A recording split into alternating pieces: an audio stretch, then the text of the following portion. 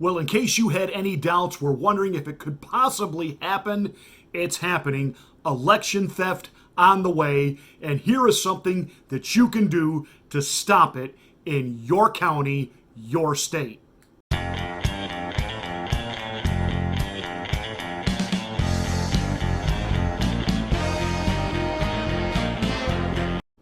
I don't know how to help you if you live in a blue state, to be quite honest with you, because you are outnumbered and you are outvoted. But for those of you that live in red states, and even in some of these red states, you're beginning to hear things from your own governors that are making you feel a little bit nervous, like, is he going to cancel the election? Are we going to do mail-in only? In the state of Ohio, Governor DeWine, as you know, had the little health scare last week. Was it real? Did he just want to be able to get out of meeting with the president in Ohio by testing positive for COVID, only to 2 days in a row then test negative and say that the Ohio tests are better than the tests that are administered by the president's people? The whole thing is hogwash. The reliability of these tests, no matter where they're done or who's doing them, is beyond suspect to outright just criminal fraud. All we have to do is look at the state of Florida to know when they were reporting for 2 weeks, everyone that got tested, it was a 100% positive rate. You know, come on, even the New York Times looks at that and says, okay, Houston, we got a problem. Yeah. We have a theft underway, and it's being done in broad daylight. Now, I met with a group of individuals today in my state, pastors and those in the political loop who seem to have the ear of the governor, and I basically said this, and I quote, I have more respect for Nancy Botox Pelosi than I do my own RINO governor. See, with Nancy Pelosi, she is what she is. She is a flaming leftist. She is a libloon. She will modify her positions to lean socialist. And at the end of the day, she's proud of it. She doesn't hide it. She doesn't try to pass herself off as something that she's not. She's just out there with it. Now, politically speaking, she's a nightmare. I can't stand what she stands for. But I respect the fact she's honest about it. She's out there with it, and she doesn't hide from it. But when you have somebody who claims to be a Republican, claims to be a conservative, but then legislates from a liberal viewpoint, when we have a governor who is basically a Democrat dressed in Republican drag, well, I said something to this group of pastors that resonates within the household of faith. I said, it's a Judas. And every pastor understands the significance of calling someone a Judas. You know, Jesus in his day didn't just have to deal with Judas. He dealt with Pharisees. He dealt with political opposition. He dealt with the religious establishment that didn't want him, didn't like him, wanted him gone. But he understood and saw all of that was right out in front of him. Now, make no mistake, Jesus knew what Judas was all about. His disciple comrades didn't know what he was about, and they were floored when they found out of his betrayal and his sellout. You have to understand that a lot of these people that you consider to be Republican stalwarts are Judases. And let me tell you what they're doing in our red state, and you need to be prepared for it in your red state, how they're going to steal the election. Well, after the governor had his little health scare, so he made the rounds on the Sunday talk shows. He was asked if he had confidence in mail-in voting. He said, absolutely. Here in the state of Ohio, we know other states have had problems, but 100% no corruption could happen in the state of Ohio. When a elected official says 100% guarantee on anything, you know right away they're lying or they have a vested interest in the outcome. And Governor DeWine, in saying that 100% confidence that we can do mail-in voting without any problem, really? Now, some of you might be thinking, Pastor, well, I don't understand why some of you guys are all bent out of shape over this. You don't seem to have a problem with absentee ballots. Why do you have a problem with just mailing in your ballot? Well, you do know that there's two different criteria. If the same criteria was being used for these mail-in ballots that's used for an absentee ballot, it's not a problem. See, an absentee ballot, you have to prove who you are.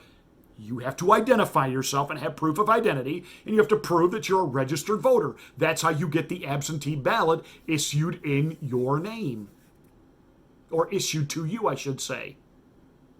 You have to do that with a mail-in ballot. They just mail them out to anybody. No verification if they're a U.S. citizen, a citizen of that state. Somebody told me recently that they received in their mailbox 8, count them, 8 mail-in ballots with 8 different names on them of the 7 previous people who had lived in that house. So we have states that are just releasing ballots with names on them that they have addresses for. Even if that person only lived there a month, maybe on a work assignment, and then moved on. So you understand, anybody then that receives that mail could open those extra ballots in their mailbox, fill them out, forge a signature, mail them on in, and poof! Can we talk election fraud on a scale that will blow your mind? Now I realize that there are shenanigans that take place even with in-person voting. Hey, every time I see a procession of hearses going somewhere, I automatically think the Democrats have got an election going on. I mean, everybody knows that dead people elected John Kennedy. But there is something about being able to yourself walk into a place, you yourself cast a ballot, and then whether it's on the flip machine like they have in New York or a actual ballot like they have in a place like Florida or Ohio, where you actually put it into a slot, you actually physically, you see the ballot the whole time. There's something that inspires some confidence in that. Now, Joseph Stalin once said, people who vote decide nothing, but people who count the votes decide everything. Pastor that I was with today had a great statement. I wish I had thought of this, actually. I'm actually a little shocked that this wasn't my statement. So I'm fully giving credit to Pastor Jerry O'Brien from the great state of Ohio for saying, quote, "We have a political party who will throw babies in the trash can. You think I trust them not to throw Republican ballots in the trash can?" Boom! Boom!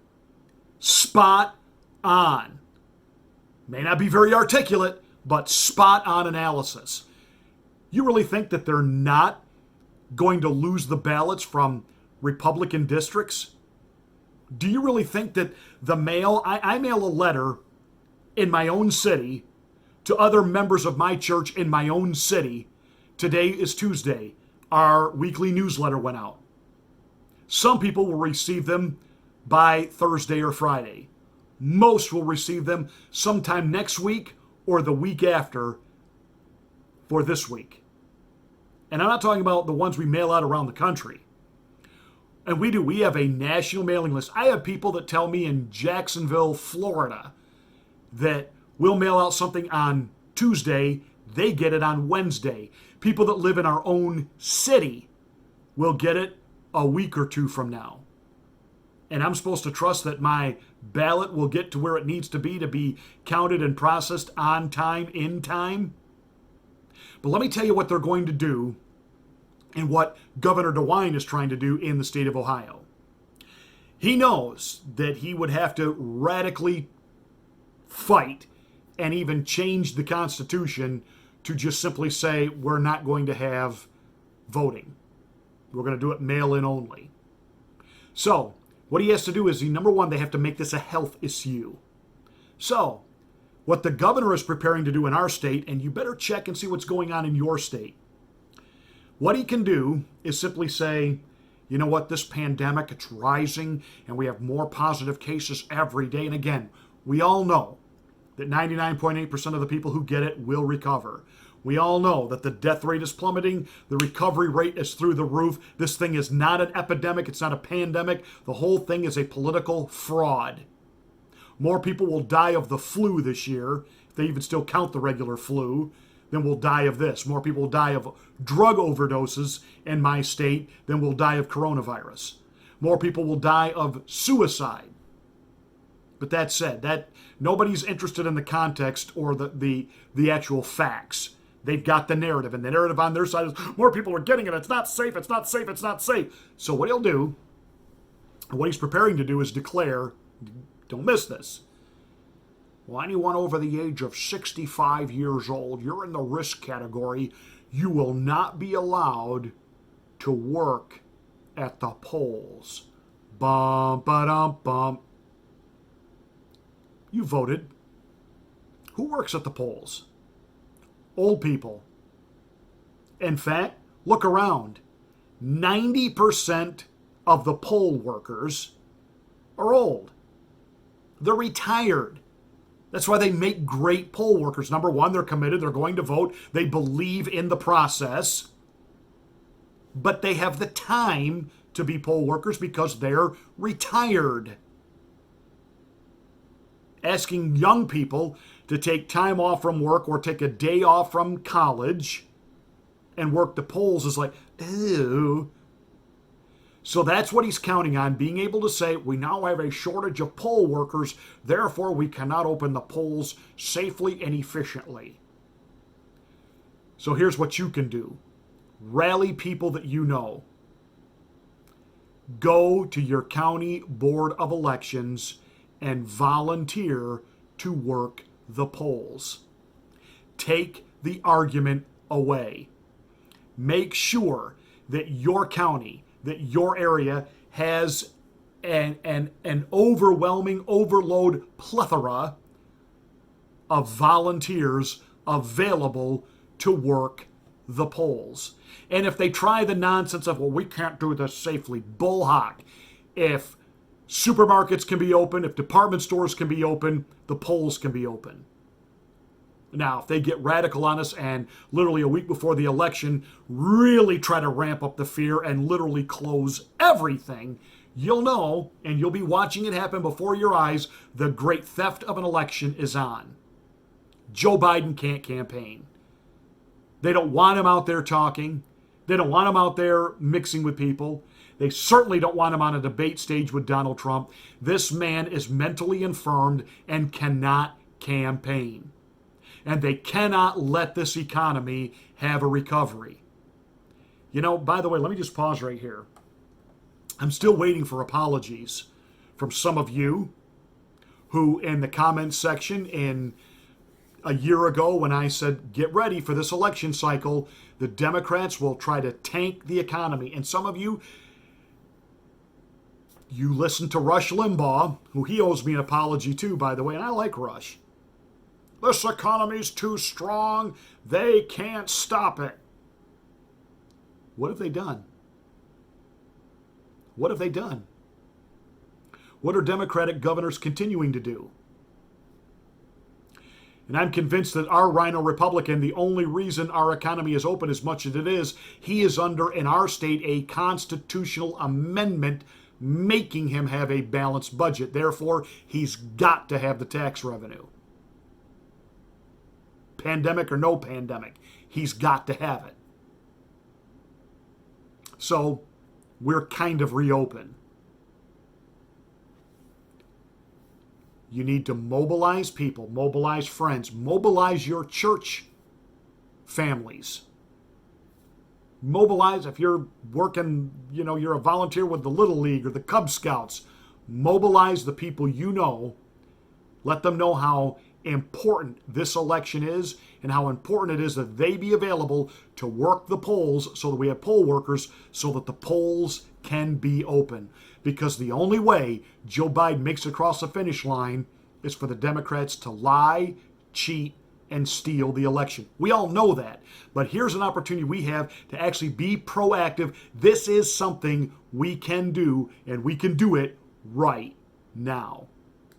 Hey, that's it for today's rant. Thank you so much for watching. Give us a thumbs up and a like. Share this to your social media pages. And make sure you have smacked the bell and clicked the word all to get notification of my next rant.